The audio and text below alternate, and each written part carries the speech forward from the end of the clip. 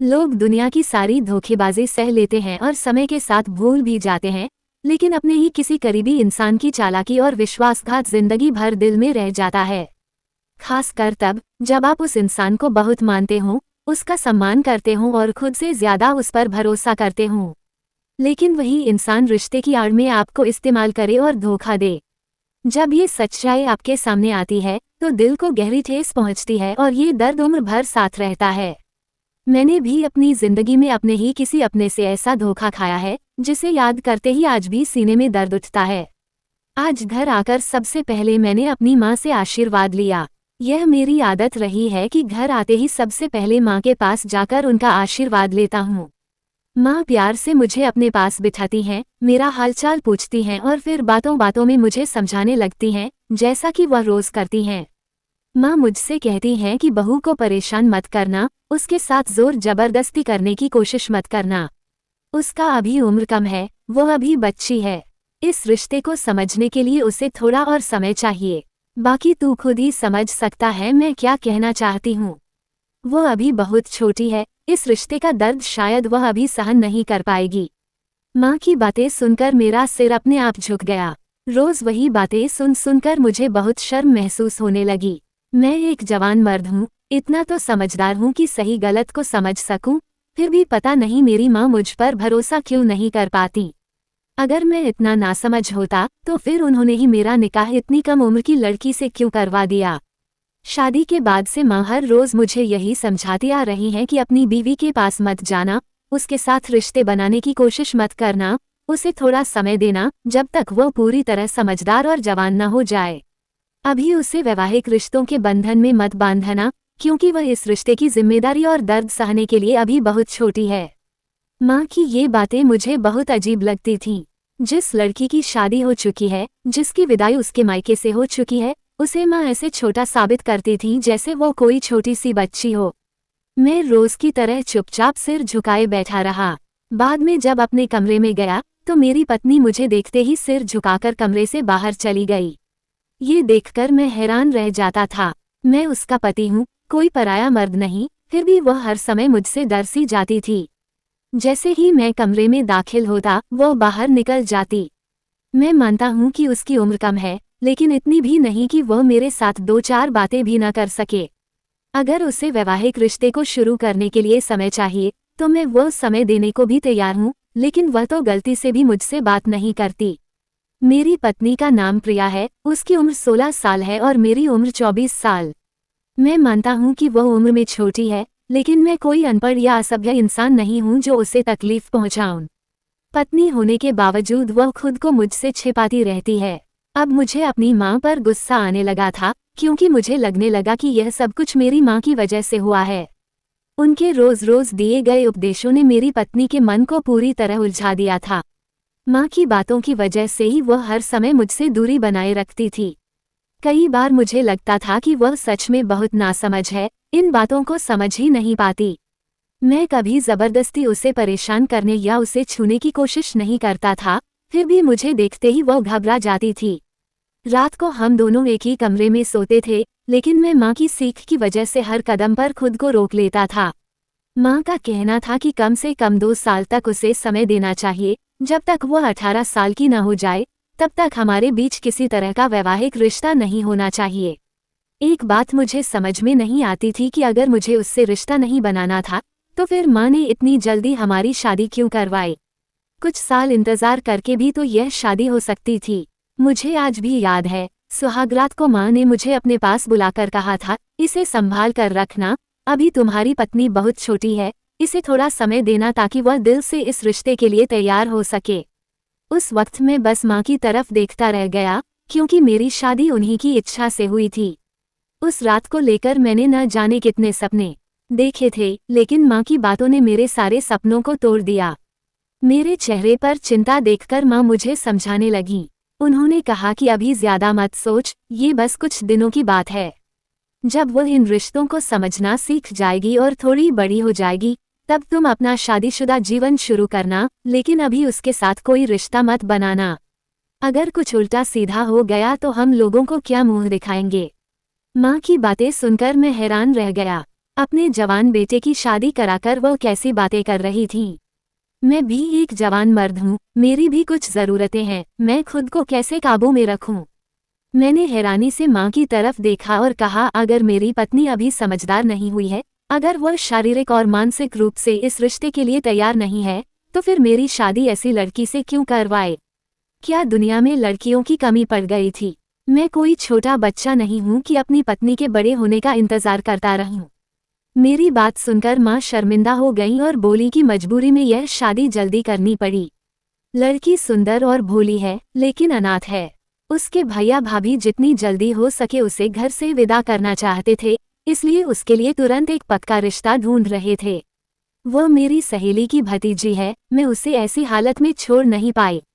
अगर उसकी शादी तुमसे न होती तो अब तक उसका भैया उसकी जिंदगी बर्बाद कर देता। उसकी जिंदगी बचाने के लिए ही मैंने उसका ब्याह तुमसे कराया है। ये सच्चाई जानकर मैं चुप हो गया। माँ ने मेरे सिर पर हाथ रखते हुए कहा, मुझे उम्मीद है कि तू मेरी इज्जत रखेगा। अभी तू अपनी पत्नी के साथ कुछ मत करना। माँ ने मेरे सिर पर हाथ रखकर कहा, आशा है तू मेरा मान रखेगा। अभी तू अपनी पत्नी के साथ कुछ मत करना, वो तो बहुत जल्दी बन जाती है। ऐसी बात सुनकर मुझे बहुत गुस्सा आया, लेकिन मैं चुप हो गया। मुझे लगा जैसे मैंने किसी छोटी बच्ची से शादी कर ली है। लेकिन जब मैं कमरे में गया और अपनी दुल्हन को देखा तो मैं हैरान रह गया। हाँ, उसकी उम्र कम थी, लेकिन वो पूरी तरह युवती थी। उसकी खूबसूरती मुझे अपनी ओर खींच रही थी। उसे देखते ही मेरा दिल बेकाबू हो उठा। कम उम्र होने के बावजूद उसका शरीर और सेहत देखने लायक था। इसी वजह से वो मेरे साथ अच्छे से तालमेल बिठा पाई। लेकिन मैंने माँ की बात याद करके खुद को बहुत कष्ट दिया और खुद को कंट्रोल किया, वरना उसकी जैसी खूबसूरती मुझे पागल कर देती। जब मैं उसके पास बैठा तो उसे बहुत डर लग रहा था। इसलिए मैंने उसे कहा, चिंता मत करो, मैं तुम्हें कोई नुकसान नहीं पहुंचाऊंगा। मुझसे डरने की कोई जरूरत नहीं है। मैंने उसका हाथ पकड़ा तो वो पूरी तरह ठंडा हो गया था और कांप रहा था। मैं समझ गया कि उसकी आंखों में आंसू आ गए थे। उसके गुलाबी चेहरे पर डर की वजह से सफेदी छा गई थी। मैंने उसे तसल्ली देते हुए कहा, प्रिया, इतना डरने की जरूरत नहीं है। मैं तुम्हारे साथ कोई जबरदस्ती नहीं करूंगा।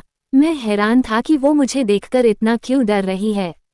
उसके चेहरे और आंखों में डर साफ दिख रहा था। हालांकि मैं कोई असभ्य या बदतमीज इंसान नहीं हूँ। अभी कुछ ही दिनों पहले मुझे नौकरी मिली है और माँ ने अचानक मेरी शादी कर दी। मैं इस अचानक शादी की बात सुनकर हक्का बक्का रह गया था। मेरा छोटा भाई पढ़ाई के लिए अमेरिका में है, माँ ने उसके लिए इंतजार नहीं किया। उस समय वहाँ उसकी परीक्षा चल रही थी और इधर मेरी शादी की तैयारियां हो रही थीं। मैंने अपने भाई को फ़ोन करके माफ़ी मांगी थी। तब उसने मुझे कहा, कोई बात नहीं भैया, मैं सब जानता हूँ। लेकिन परीक्षा होने की वजह से मैं आ नहीं पा रहा। अगले पूरे महीने में बहुत व्यस्त रहूंगा। तुम शादी कर लो और अपनी वैवाहिक जिंदगी एंजॉय करो। मुझे लेकर चिंता करने की जरूरत नहीं है। भाई का इस तरह गुस्सा न करना मुझे हैरान कर गया। हम दोनों भाई एक दूसरे के बहुत करीब नहीं थे, लेकिन मैं अपने भाई बहन को बहुत प्यार करता था।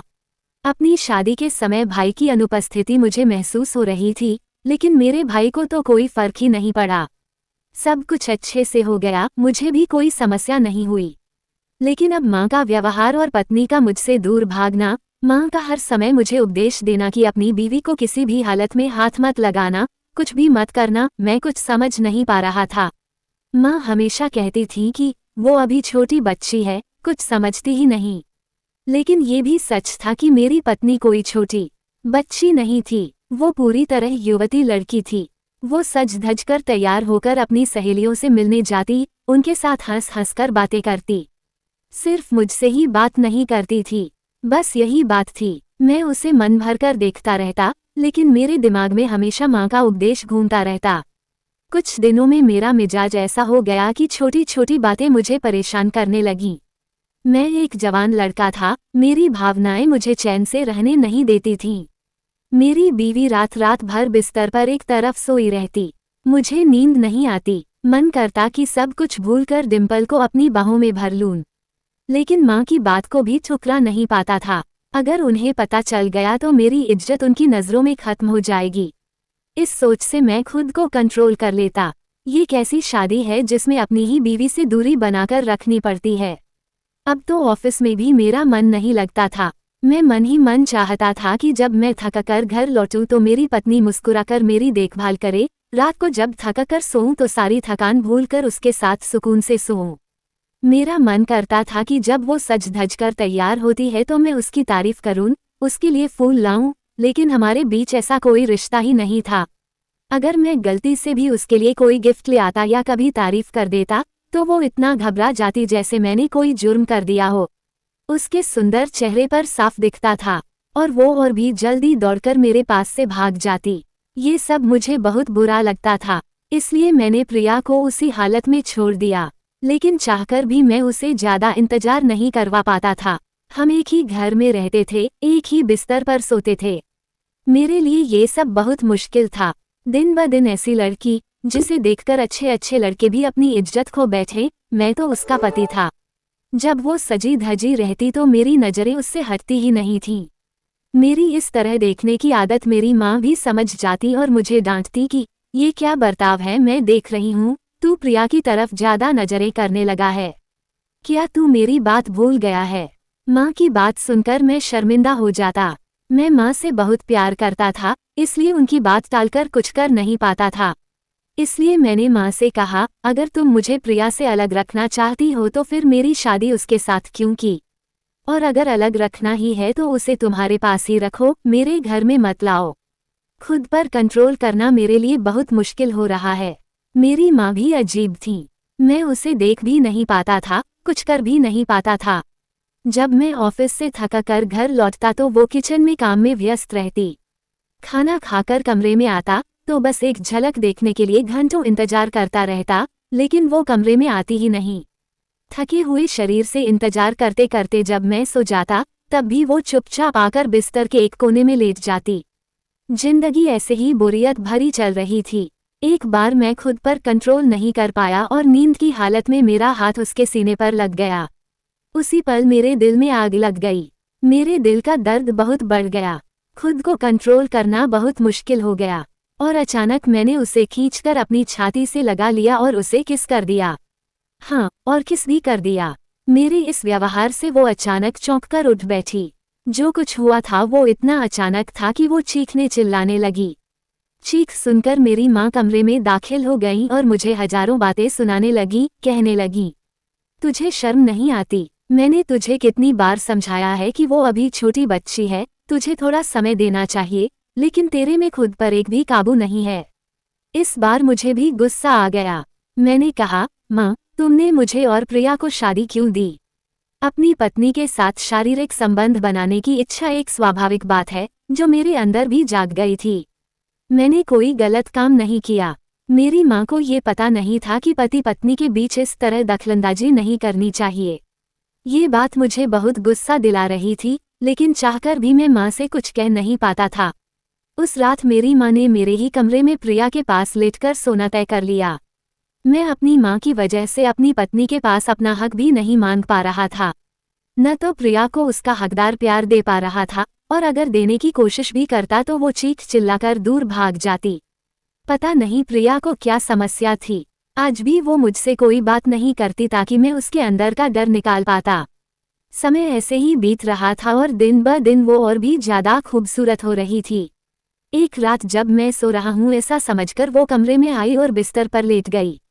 उसी समय मैंने लाइट जला दी। मुझे जागते हुए देखकर वो फटाफट उठकर बैठ गई। मैंने कहा, प्रिया, तुमसे मेरी कुछ बातें हैं। लेकिन वो कहने लगी, तुमसे मेरी कोई बात नहीं है, प्लीज तुम सो जाओ और मुझे भी सोने दो। मैंने कहा, प्रिया, मुझे नींद नहीं आ रही।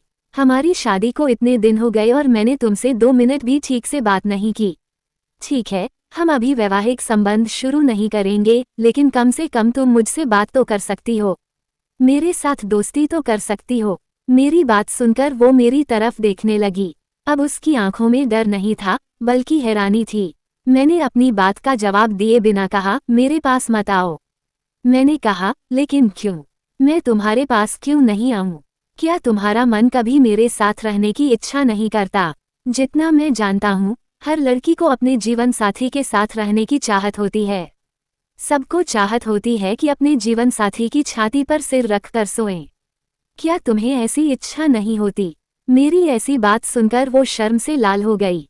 मौका समझकर मैंने उसका हाथ पकड़ लिया और कहा, प्रिया, मुझ पर भरोसा करो। मैं कोई अभद्र या गंदा इंसान नहीं हूँ। मैं तुम्हें कोई नुकसान नहीं पहुँचाऊंगा। बातें करते करते धीरे धीरे मैं उसके पास जाने लगा। वो भी मेरे साथ नर्म होने लगी थी, लेकिन इससे पहले ही मेरी शरारत बढ़ गई।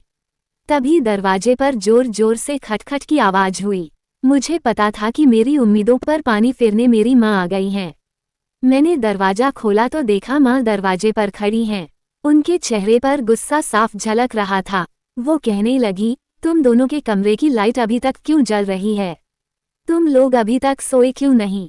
और तुम्हारे कमरे से बात करने की आवाज आ रही थी, इसी वजह से मैंने दरवाजा खटखटाया। फिर माँ ने प्रिया से कहा, तुम अभी तक जाग रही हो और तुम दोनों आपस में क्या बात कर रहे थे? मैंने कहा, माँ, मैंने तुम्हारी सलाह नहीं मानी, लेकिन रात के इस समय तुम्हारा इस तरह हमारे कमरे में आना ठीक नहीं है। माँ बहुत गुस्से में कहने लगी, तू चुप रह। फिर वो प्रिया के पास गई और कहने लगी, चुपचाप अपना तकिया उठाओ और सोफे पर जाकर सो जाओ। और मेरी बात तुम दोनों याद रखना, गलती से भी एक दूसरे के पास मत जाना। अगर मुझे ऐसा कुछ सुनाई दिया तो मुझसे बुरा कोई नहीं होगा। वो कमरे से बाहर चली गईं। प्रिया ने अपना तकिया उठाकर सोफे पर जाकर लेट गई। मैं भी हताश दिल के साथ बिस्तर पर लेट गया। माँ को मुझसे क्या समस्या है, मैं समझ नहीं पा रहा। अब तो माँ ने मेरे साथ प्रिया के बाहर जाने आने पर भी रोक लगा दी है। उनका कहना था कि प्रिया इतनी छोटी है और तू पूरा जवान है, वो तुम्हारे साथ बिल्कुल नहीं जचती। अगर लोग उन्हें साथ देखेंगे तो मुझे ताने मारेंगे कि तुमने इतनी छोटी बच्ची के साथ इतने बड़े लड़के की शादी कैसे कर दी। रात बहुत गहरी हो चुकी थी। माँ चली गई थी और अब सिर्फ हम दोनों थे इस कमरे में, अकेले। मैं सोया हुआ था या शायद सोने का नाटक कर रहा था। डिम्पल धीरे धीरे उठी। उसके कदम मेरे बिस्तर की तरफ बढ़े। उसने मेरा हाथ पकड़ा। इस बार ठंडा नहीं था, गर्म था, जैसे कोई पुराना एहसास जाग रहा हो। क्या माँ को सब पता था, या माँ ही इस राज की जड़ थी? क्या डिम्पल मेरी बीवी नहीं, बल्कि कुछ और थी? अगले पार्ट में खुलेगा वो सबसे बड़ा ट्विस्ट, जो आपकी सांस रोक देगा। क्या डिम्पल का असली चेहरा सामने आएगा? क्या माँ का ये सब रोकना सिर्फ प्यार था, या कुछ और गहरा राज? अगर आप जानना चाहते हैं कि आखिर सच क्या है, तो अभी सब्सक्राइब कर लो, नोटिफिकेशन बेल दबाओ, लाइक कर दो और शेयर कर दो अपने दोस्तों के साथ, क्योंकि अगला पार्ट बिना देखे आप सो भी नहीं पाओगे।